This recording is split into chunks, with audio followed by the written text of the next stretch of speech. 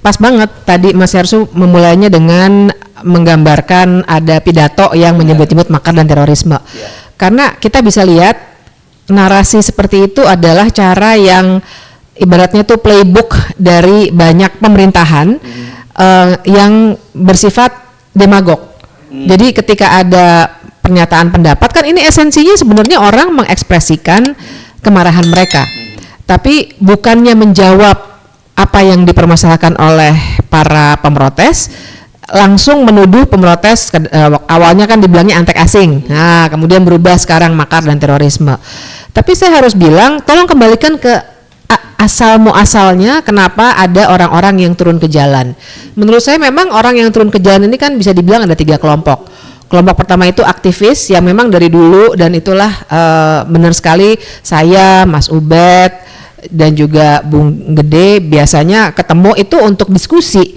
Jadi kalau dibilang sekarang kan frame-nya begitu ya, provokator, mengajak demonstrasi, enggak ada. Sebenarnya adik-adik mahasiswa itu kan butuh juga pandangan, ini sebenarnya boleh nggak misalnya ya, boleh nggak sih DPR misalnya melakukan tindakan-tindakan yang menyakiti hati rakyat misalnya, atau sesederhana kalau saya orang hukum ya suka ditanya, Mbak sebenarnya tunjangan DPR tuh kayak apa sih, undang-undang MPR, DPR, DPD, DPRD tuh bunyinya apa sih soal nonaktif anggota DPR.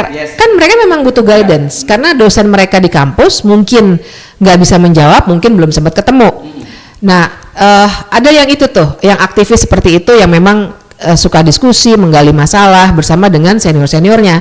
Kemudian level keduanya itu kan ada orang yang pure marah karena mungkin lihat di media sosial orang joget-joget, terus dia lagi susah mau beli makanan, cari kan? Makan susah banget, cari beras sekarang lagi mahal, dia lagi ngerogoh-rogoh kocek, tahu-tahu dia lihat pejabat joget, dia ikut marah, dia ikut turun ke jalan. Ini level yang kedua. Nah level ketiga ini yang menurut saya kita harus lebih hati-hati menganalisisnya, karena ada pola-pola yang menurut saya tidak mungkin dilakukan oleh mahasiswa.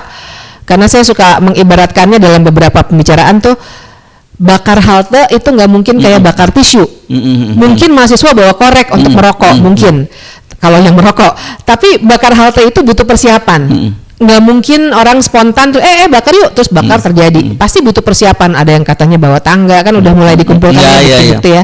Ada yang bawa bensin mungkin dan seterusnya. Dan itu pola sama ya, pola setiap sama. Dari unjuk rasa ke unjuk rasa yang benar, itu kan terjadi 2000 berapa itu? 2000 depan Bawaslu ya. Depan Bawaslu juga 2019. Ya, itu terjadi. Bahkan 1998 kan juga begitu. Iya. Nah, jadi yang golongan atau kelompok ketiga inilah free riders atau penumpang gelap lah ya. Kita menurut saya sih kita semua nggak ada yang setuju. Maksudnya sebencinya kita pada orang-orang yang lagi kontroversial itu, kalau saya kira kita semua sepakat semarah-marahnya lah ya. Semarah-marahnya ya, benar itu lebih pas. Semarah-marahnya kita sama mereka, ya kita nggak mendukung pencurian kan misalnya atau penjarahan.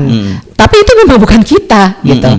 Nah, jadi situasinya sekarang seperti itu, sehingga yang terjadi adalah narasinya dibawa ke gimana caranya membungkam kritik itu. Salah satu caranya selain satu narasi tadi ya, dibilang teroris, dibilang makar, dibilang antek asing, tapi yang kedua pakai hukum. Pakai hukum ini yang agak ngeri nih.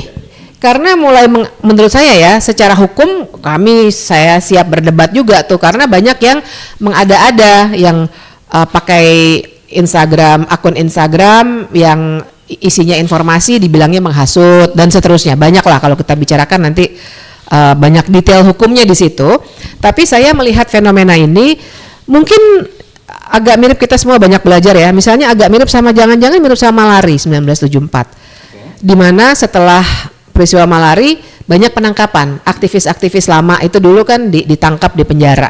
98 beda karena setelah itu ada perubahan politik yang sangat signifikan sehingga itu tidak terjadi penangkapan. Walaupun 96 terjadi kan, setelah Kuda Tuli terjadi bahkan sampai penghilangan. Tapi rezim baru kemudian justru membebaskan kan begitu. Benar. Yeah. Nah, sekarang yang terjadi mungkin kayak 96 atau kayak 74 di mana situasinya seperti ini, maka yang akan dilakukan segera membungkam aktivis, admin-admin akun-akun Instagram dan lain sebagainya. Nah, ini saya kira yang sekarang ini tengah terjadi. Tujuannya pasti menimbulkan ketakutan Karena sudah mulai banyak yang telepon, misalnya barusan aja ada yang, Mbak ini video yang kayak gini perlu take down nggak ya? Saya ngeri nih, katanya ntar dibilang menghasut. Saya bilang nggak apa-apa misalnya gitu ya. Tapi sekarang ini semua gampang dicari-cari pasalnya gitu. Ibaratnya pasal yang nggak pernah dipakai aja sekarang dicari di laci-laci gitu. Karetnya itu molor banget ya, bukan hanya pasal karet ya. Iya, dan tujuannya itu kan menimbulkan ketakutan, orang jadi diam, yang nggak terlalu berani, yang nggak punya jaringan, udah mingkem aja semua. Akibatnya ini mungkin nggak akan berlanjut. Tapi menurut saya cara-cara ini justru mesti kita tandingi. Gitu saya agak ragu kalau dinyatakan tidak akan berlanjut karena situasinya kan sebenarnya kita sebut seperti ranting kering itu di mana-mana ya, terutama kemiskinan, kesenjangan itu yang menjadi penyebab ya. Benar. Nah, kalau cuman sekedar karena orang marah karena tidak ada faktor itu sih mungkin bisa. Tapi kalau situasi semacam ini menurut saya justru jangan dihadapi dengan represif. Tapi justru harusnya akar persoalannya apa dan itu yang diselesaikan gitu loh. Iya, harusnya memang akar masalahnya karena kalau masih begini maka benar sekali orang masih kesulitan cari beras, yang kelas menengah ke atas beli bensin juga sekarang susah gitu misalnya, mereka akan mudah sekali nanti tersulut. Mendingan kalau pemerintah mau serius ingin mengatasi akar masalahnya, berikan kebijakan-kebijakan, setelah ini dalam 3 bulan kami akan ABCD, misalnya seperti itu ya, tapi bukan dengan malah makar, teroris, itu malah makin panas nanti suasananya. Dan itu ya yang saya kira harus kita soroti bareng-bareng. Dan yang jelas harusnya sih ada semacam tim pencari fakta nih di titik ini, karena yang meninggal sudah terlalu banyak. 1 orang meninggal pun udah nggak boleh ya. Kita ini bukan cuma angka kan, nyawa manusia. Berapa update terakhir ya? Kemarin 10. 10 betul ya. Tapi yang ditangkap saya tadi barusan baca dari LBH sudah 3.000-an. Itu ya seluruh Indonesia ya. Seluruh Indonesia. 3.000 itu gede banget itu. Besar sekali. Oh iya, ada yang hilang. Karena Kontras juga mengumpulkan data yang hilang. Jadi mendingan bikin tim mencari fakta, nanti dari situ baru diusut yang benar siapa yang melakukan pembakaran dan seterusnya. Jangan dimulai dengan ambil si A, ambil si B, ambil si C, masukin penjara, itu akan memanaskan suasana. Itu kira-kira kalau buat awal mungkin ya.